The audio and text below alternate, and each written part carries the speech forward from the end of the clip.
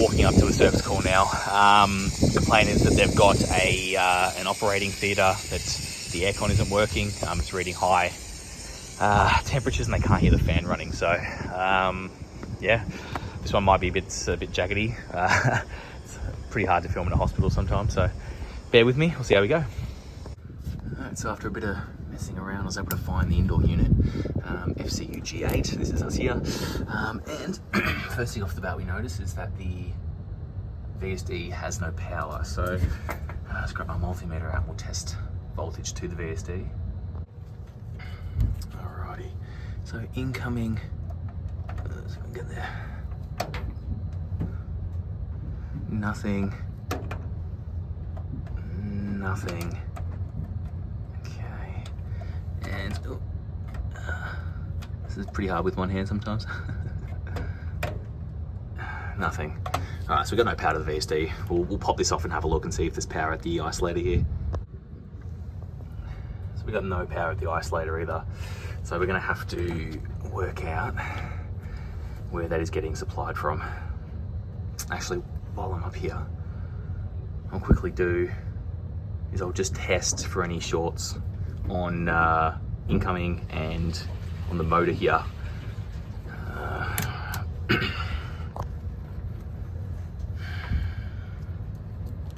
I'm gonna need to get my little clamp. Actually, just quickly we'll test the windings of the motor. Okay. 5.5, 1 to 2.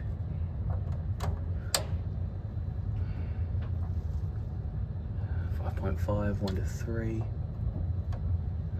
And 5.5, 2 to 3. Okay, cool. I've got my little clamp and we'll test to earth.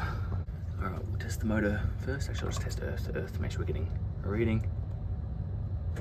Okay. So on L1, fine. L2, fine. And L3, fine. Now on incoming, fine. Fine. And fine. Alright, I'm gonna need to work out where power comes from. So this isn't a regular site of mine, so I don't really know where anything is. This is just a service call. As I said, I'm gonna need to call someone to find out where power from this comes from, or power from the isolator comes from, sorry. Alright, there we go, that is on. So this powers a contactor in the board next to me, so we'll crack that open. Okay, and there is our contactor. Alright, power at the top, we'll check the bottom. So going across the overload, it's open. I feel pretty comfortable. Go ahead and reset it. So I have reset the overload and nothing went bang, so that's nice. So closed again. So what we'll do is we'll test outgoing power from our contactor here now. Make sure we're getting power. Sounds like we are. Alright, full. Yeah. So I'll see the top of our isolator now. Power. I can't remember if I said, but I did isolate that before I turn the overload back on. What I might quickly do is just open this up because apparently this is belt driven. So we'll have a look at the belt and make sure nothing's obstructing it.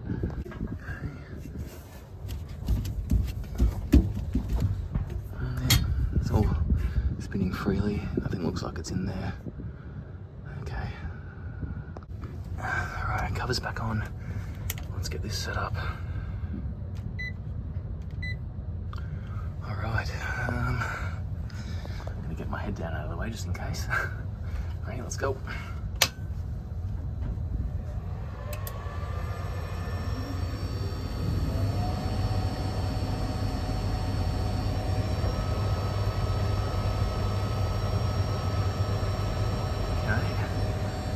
Let's see if I can get onto and test the current draw from the other two phases as well. While we're here, I'll just confirm that what's leaving is balanced as well. Alright. So 183, 184. 183. And 183. Okay, all seems pretty good. It's only running at 30 hertz at the moment. Actually, while I got this up, I'll just make sure it's coming in properly. Ooh, what's that? Oh, wow. Okay. 240 on 3, 238. And look at, oh wow. We've got an incoming power supply problem. Okay, what I'm gonna have to do, kill this first. Got my lead up there. Look at this. This wasn't showing up before. Oh wow. So what about the other two? So L2, fine. L3, fine, and that one again. Like what?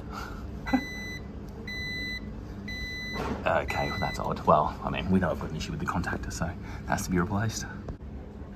I'm still getting a weird voltage. I've what have I got? There we go. Anyway, I've killed power over there, so we'll get the details of this. We'll shoot off and go grab another one. All right, back with the new part. So I'm gonna start getting this thing out. It's gonna be barrel ass this one. Look how much space there is. Okay, I'll gear out. You can see it's gonna be nice and tight. The new one's a bit bigger actually, so hopefully it fits. All right, we're back in. It's huge, man. I really struggled to get those wires in, because it was obviously locked in with a whole bunch of other ones and I couldn't, it's just a nightmare. Anyway, let's get power on.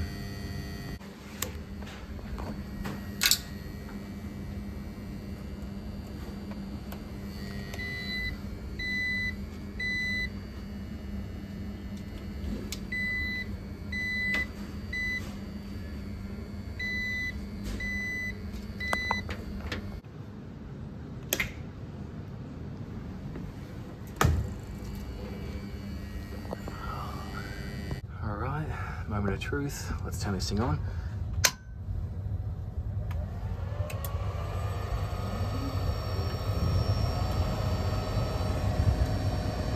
I'd love to be able to test the amperage on that red line 1 phase, but I can't get to it. Like it's too tight. All right, that's a good sign.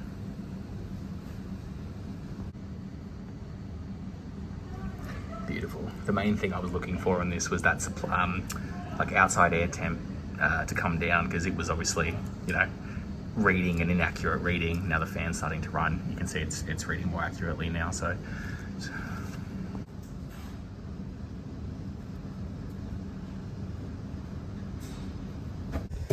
all right, I'm all done, packed up and out of there now.